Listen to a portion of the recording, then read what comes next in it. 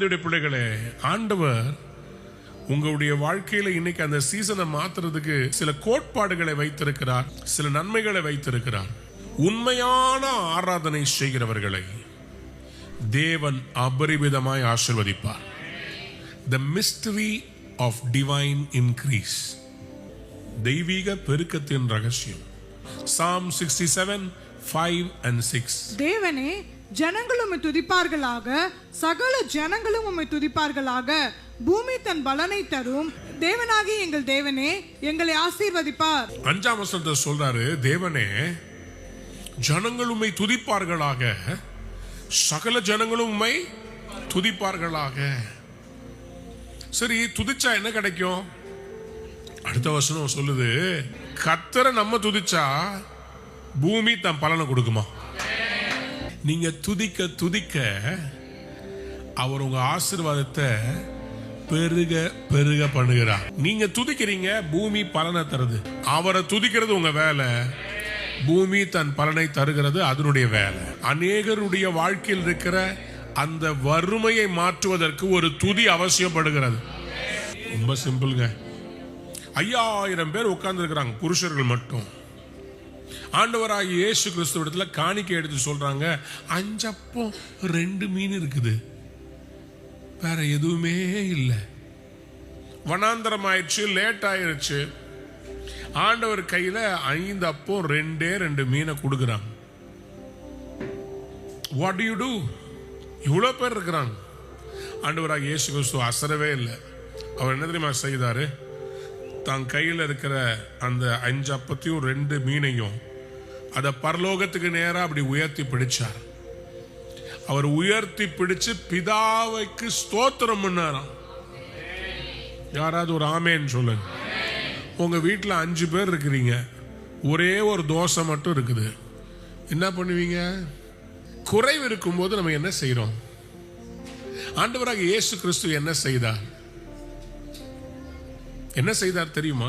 அவர் குறைவை பார்த்து அவர், அப்பா ஆண்டவரே, 5 மீன் 5 அப்போ 2 மீன் தான் இருக்குதுன்னு புலம்புல. நம்மளா இருந்தா என்ன பண்றோம்? ஆண்டவரே, இந்த ஃபீஸ் கட்ட முடியலப்பா, அப்பா என்னால ஒன்றும் பண்ண முடியலப்பா, என்னை எடுத்துக்கோங்கப்பா, எனக்கு ஏன்பா பிள்ளைய கொடுத்தீங்கன்னு சொல்லி கேட்குறோம். ஆனால் நம்ம ஆண்டவர் என்ன பண்ணுவார் தெரியுமா? நம்முடைய தேவன் ஆசீர்வாதத்தின் பெருக்கத்தின் தேவன். அவர் என்ன பண்ணாரு? 5 அப்பம் 2 மீன் அப்படி கையை உயர்த்தினார். மத்தேயு 14:17 இருந்து வாசித்து பார்த்தீங்கன்னா 18ஆம் 19ஆம் வசனத்துல அவர் என்ன பண்ணாராம்? அதை எடுத்து பரலோகத்துக்கு நேரா அண்ணாந்து பார்த்து ஆசீர்வதித்துன்னு தமிழ்ல போட்டிருக்குது, இங்கிலீஷ்ல போட்டிருக்குது, he gave thanks to God. குறைவுக்கு தேங்க்ஸா? ஆண்டவரே, நாளைக்கு 1 லட்சம் ரூபாய் செக் வருது, என் பேங்க்லயோ 10,000 இருக்குது. இவர் என்ன பண்ணாரு?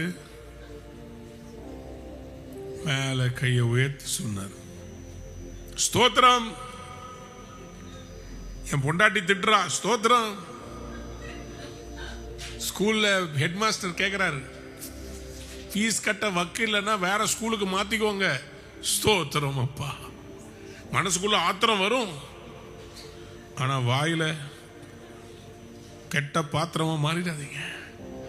குறைவை எடுத்து பிடிச்சு ஆண்டவரை பார்த்து ஸ்தோத்திரம் பண்ணுங்க. புருஷனை பார்க்காதீங்க, மனைவியை பார்க்காதீங்க. அவங்க உங்ககிட்ட ஆன்சரை கேட்பாங்க, உங்ககிட்ட தான் இல்ல. கீழே பார்க்காதே, சைட்லே பார்க்காதே, மேலே பார். பக்கத்தை பார்த்து சொல்லுங்க, மேலே பார்.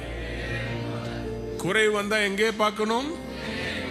பேங்கே பார்க்காதே, பேங்க் மேனேஜரே பார்க்காதே, சேட்டே பார்க்காதே, மேல பாருங்க. இவர் பார்த்தாரு, பிரச்சனை பெருசா இருக்குது. எனக்கு தெரிஞ்சது ஒன்னே ஒண்ணுதான், பிதாவே, நீ எல்லாவற்றையும் எல்லாவற்றாலும் நிரப்புகிறவர், உமக்கு குறைவே இல்லை. அவருக்கு உதவியே தேவையில்லை. நீங்க அவருக்கு எந்த உதவியும் செஞ்சு அவர் உங்களை ஆசீர்வதிக்கணும்னு அவசியமே இல்லை. அவர் தன்னிறைவுடையவர். He can bless you on his own. அவர் ஒருவராய் பெரிய அதிசயங்களை. எனக்கு என்ன தெரியுமா எக்ஸைட்டடு? உங்களை கர்த்தர் ஆசீர்வதிச்சாருன்னா இந்த சபை உயரும், வரப்பு உயர நீர் உயரும். நீர் உயர நெல் உயரும். நெல் உயர்ந்தா என்னம்மா? அதுக்கப்புறமா குடி உயர, ஒரு குடியானவன் உயர்ந்தான்னா அந்த மன்னன் உயரும். எத்தனை பேர் ஆமேன்னு சொல்ல விரும்புறீங்க? அப்போ தேவ ராஜ்யம் பெருகணும்னா நீங்களும் நானும் ஆசீர்வாதமா இருக்கணும். நிறைய ஊழியம் செய்யணும்னா நீங்களும் நானும் ஆசீர்வாதமா இருக்கணும். வட இந்தியாவில் நம்ம நிறைய ஊழியம் செய்யணும், நீங்களும் நானும் ஆசீர்வதிக்கப்படணும். இன்னையிலிருந்து எத்தனை பேர் நீங்க பெருகுவதற்கு ரெடியா இருக்கிறீங்க? நல்லா ஜெபிக்கிறீங்க, நல்லா கண்ணீர் விடுறீங்க, அப்பா அப்பான்னு கதறீங்க. துதிச்சா ஆசீர்வதிப்பாரு. துதிச்சு பாரு, நிலம் தனியை தரும். சொல்லுங்க ஆமென்.